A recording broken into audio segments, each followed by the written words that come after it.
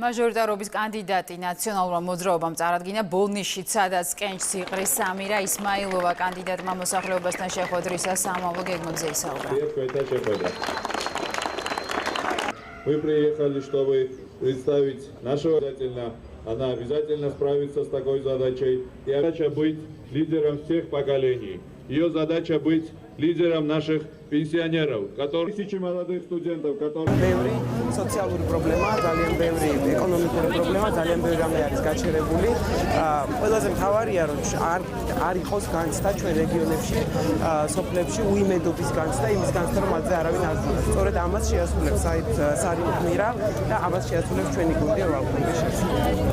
ძალიან მნიშვნელოვანია, რომ ბოლნის ყავდეს ღირსეული წარმომადგენელი პარლამენტში.